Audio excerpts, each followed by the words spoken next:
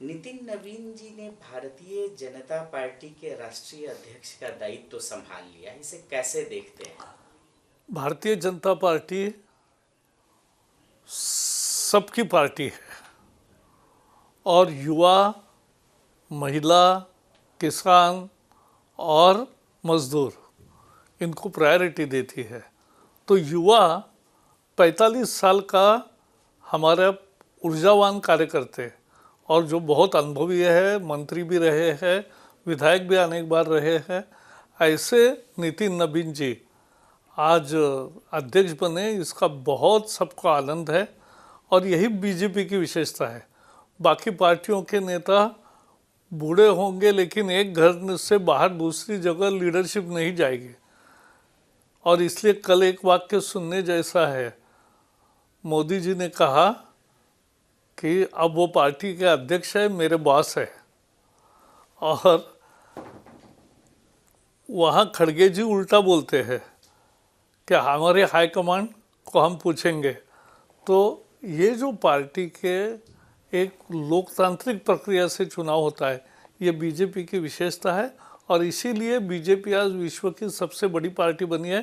14 करोड़ से अधिक सदस्य बने हैं और 8 लाख बूथों से ज़्यादा जगह हमारा विस्तार हुआ है।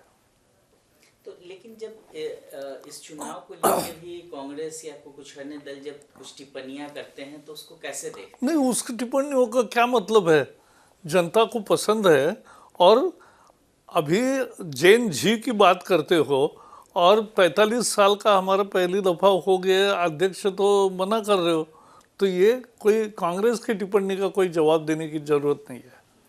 केरल में हाल में स्थानीय निकाय के चुनाव में कांग्रेस ने यूडीएफ को जो जीत मिली है, राहुल गांधी उसको मैं बताता हूँ, लोकतंत्र और विकेंद्रीकरण की जीत बता नहीं, कह रहे हैं कि केरल की आवाज को कोई नहीं दबा सकता। पहले तो केरल के राजधानी तिरुवनंतपुर पर भारतीय जनता पार्टी का अब राज हो गया है। मेयर भारतीय जनता पार्टी का आया है और ये 45 साल बाद, कम्युनिस्टों की सत्ता थी 45 साल लगातार, वो अब टूट गई, वो हमारे पास आई।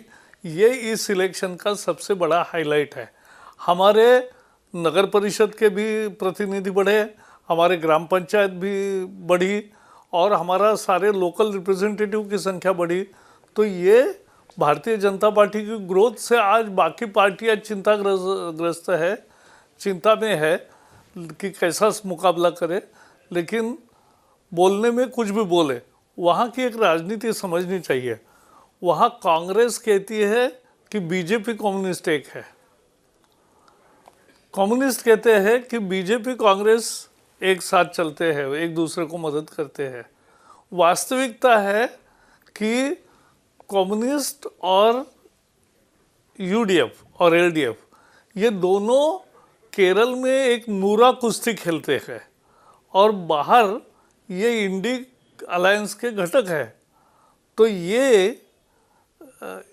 एक साथ है देश भर में और केवल केरल में कुश्ती का नाटक करते हैं जहां बीजेपी का प्रभाव ज़्यादा दिखेगा। ऐसे अनेक नगर पालिकाएँ हैं कि जहां दोनों ने पूरा वोट ट्रांसफ़र किया टैक्टिकल और बीजेपी को हराया। हमें 40% वोट मिले, फिर भी हार गए तीनों पार्टियों का मैच होकर भी, क्योंकि एक पार्टी ने पूरा समर्पण करके कांग्रेस वालों ने कम्युनिस्टों को वोट ट्रांसफ़र किए। तो ये आपस में मिले हुए लोग हैं, ये एक ही सिक्के के दो पहलू है और इसलिए लोगों को यूडीएफ भी नहीं चाहिए, एलडीएफ भी नहीं चाहिए।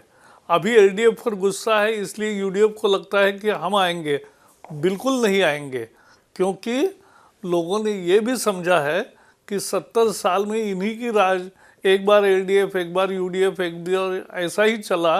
लेकिन अब उनको पता चला है कि मोदी जी विकास की राजनीति करते हैं, तो Modi ji is the real alternative. और इसलिए भारतीय जनता पार्टी के विकसित केरलम घोषणा को बहुत ज़ोर से लोगों का प्रतिसाद मिल रहा है।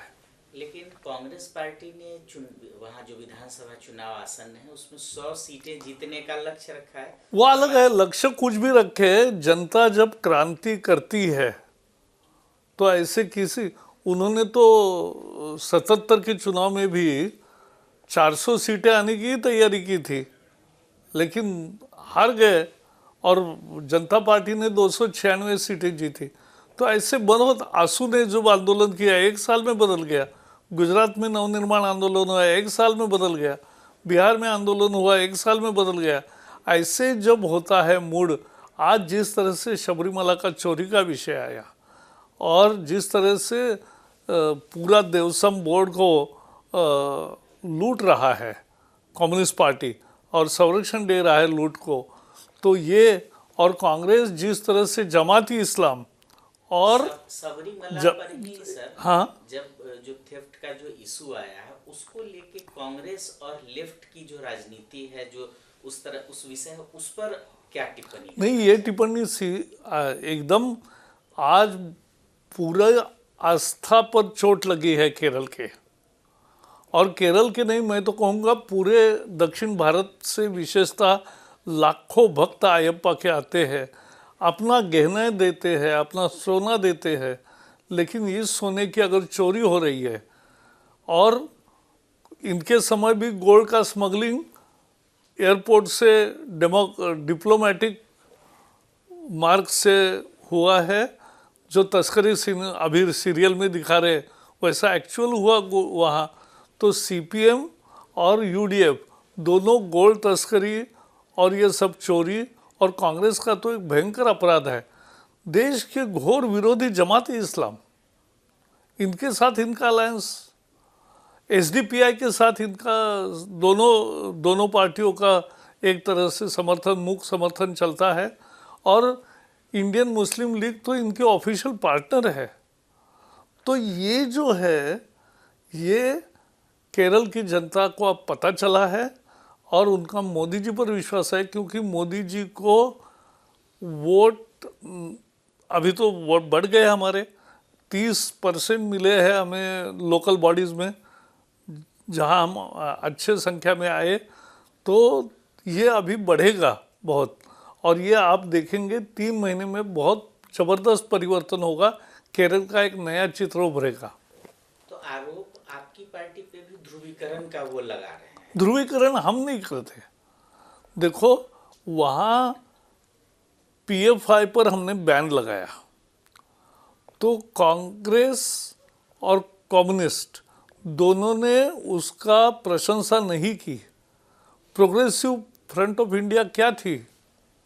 वो एक दहशतगर्द संगठन है। उनके पास जिस तरह से सारा असला और बाकी सब चीज़ें मिली है, तो इसका मतलब साफ है कि ये एक दहशतगर्द संगठन है, लेकिन वो दहशतगर्द संगठनों को सपोर्ट करते हैं टैसिटली। यही उनकी राजनीति है। जब केरल के मुख्यमंत्री पिनाराई विजयन जी बीजेपी और कांग्रेस पर केरल को नुकसान पहुंचाने का आरोप लगाते हैं, और कांग्रेस पर भी बीजेपी को मदद करने का आरोप लगाते हैं, नहीं, तो ये टिप्पणियों को कैसे देखें? वही मैंने कहा आपको अभी कि ये क्या है, नूरा कुश्ती का ये एक नमूना है कि कम्युनिस्ट कहेंगे बीजेपी कांग्रेस एक है, कांग्रेस कहेगी बीजेपी कम्युनिस्ट एक है, वास्तविकता है कम्युनिस्ट कांग्रेस एक है। और इसलिए ये दोनों केरल के बाहर इकट्ठा है, तमिलनाडु में इकट्ठा लड़ेंगे वो एक साथ, और यहाँ एक दूसरे के खिलाफ लड़ने का नाटक करते हैं। जहाँ बीजेपी को जोर आएगा, जहाँ ज़्यादा रिस्पांस है लोगों का, वहाँ यह अपने सारा सरेंडर करके वोट दूसरे को डालते हैं। इतने ये मिले हुए हैं, और ये इसलिए लोगों को अब ये खेल ही बंद करना है, ये करेंगे लोग। प्रधानमंत्री जी ने भी एक दिन पहले ही केरल में एक बड़ा लक्ष्य दिया है, कैसे देखते हैं इसको? हम, प्रधानमंत्री जी का केरल पर विशेष ध्यान है। वहाँ के सभी समुदायों के लोग पार्टी में बड़ी संख्या में आ रहे हैं, और सबका विश्वास, सबका साथ, इसका परिचय केरल को मिला पहली दफ़ा। कम्युनिस्टों का सरकार है तो केवल अपने जो कार्यकर्ता है उनको ही योजनाओं का लाभ मिलता है, राज्यों की योजना का। अगर कांग्रेस की सत्ता है तो कांग्रेस के ही लोगों को लाभ मिलता है। मोदी है कि जिन्होंने किसी की जात, धर्म और कोई पार्टी, उसका प्रेफरेंस, उसका वोट किसको देता है ये न देखते हुए सभी को न्याय दिया जो उसमें एलिजिबल है, बेनिफिशियरी। तो ये जो हुआ है, आज 50 लाख से ज़्यादा लोगों को मुद्रा लोन मिला है। आज 1.25 करोड़ लोगों को 5 किलो अनाज मिलता है फ्री। और इसी तरह से 40 लाख किसानों को आज तक 40-40 हज़ार रुपये हर एक को मिले हैं। और ये कर्जा माफ़ी नहीं है, ये तो उनको मदद है। तो ये जो काम, बड़े बड़े काम किए हैं और इतने लाखों घरों में नल से पानी आया, ये सब मोदी जी का अच्छा काम। तो पूरा केरल की जनता कहती है नन्ही मोदी। नन्ही मोदी माने थैंक यू मोदी। तो ये एक बड़ा विषय है और केरल की ये अलग राजनीति है अन्य राज्यों से, ये समझने की ज़रूरत है। और यहाँ निश्चित रूप से इस बार परिवर्तन होके रहेगा। नए राष्ट्रीय अध्यक्ष के साथ केरल के विषयों पर भी चर्चा हुई, क्या लक्ष्य तय हुए? नहीं, केरल अभी आज जो हमारी मीटिंग थी वो सभी राज्यों के प्रदेश अध्यक्ष, राष्ट्रीय पदाधिकारी और प्रभारी, इन सब की बैठक थी, तो सबके लिए थी। लेकिन अभी प्रधानमंत्री जी कल परसों आ रहे हैं, तो 23 तारीख को उनका सभा होगी। हमारे साथ प्रमुख कार्यकर्ताओं के साथ वो कुछ बात भी करेंगे और फिर यही कार्यक्रम सिलसिला आगे भी चलता रहेगा। आपको मालूम है भारतीय जनता पार्टी के नेता थकते नहीं। मोदी हो, शाह हो, योगी हो या बाकी नेता हो, ये थकते ही नहीं, ये लगातार काम करते। और तेजस्वी हो, राहुल हो, अखिलेश हो, ये कब गायब हो जाते हैं किसी को पता ही नहीं लगता। Democratic youth federation of India के कार्यकर्ताओं द्वारा कथित तौर पर आरएसएस के गण गीतम कार्यक्रम को बाधित करने की भी खबरें आई हैं, क्या कहेंगे? ये डीवाईएफ और एसएफआई, ये दो कम्युनिस्ट प्रणीत युवा संगठन पूरी तरह से पूरा शिक्षा का नाश किया है केरल में। और केरल के लाखों युवा आज जो बुद्धिमान है वो आज तमिलनाडु, तेलंगाना, मुंबई, पुणे, हैदराबाद, ऐसे सभी जगहों में जाकर, दिल्ली, वहाँ जाकर पढ़ रहे हैं। क्योंकि वहाँ कैंपस में अशांति रहती है, कैंपस में कोई अध्ययन नहीं हो रहा है और कैंपस का पूरा एकेडमिक माहौल ख़राब कर दिया है। केरल में आमतौर पर यूडीएफ और एलडीएफ मेन प्लेयर रहे हैं, जैसा कि आपने इसका जिक्र भी किया है। अभी जो चुनाव आने वाले हैं उसमें भारतीय जनता पार्टी एनडीए अपने लिए क्या संभावनाएं देखती है? संभावनाएं माने पूरे चमत्कार की हम संभावना देखते हैं, लेकिन लोगों को लगेगा चमत्कार और धक्का बसेगा जोर से सीपीएम और यूडीएफ को। क्यों?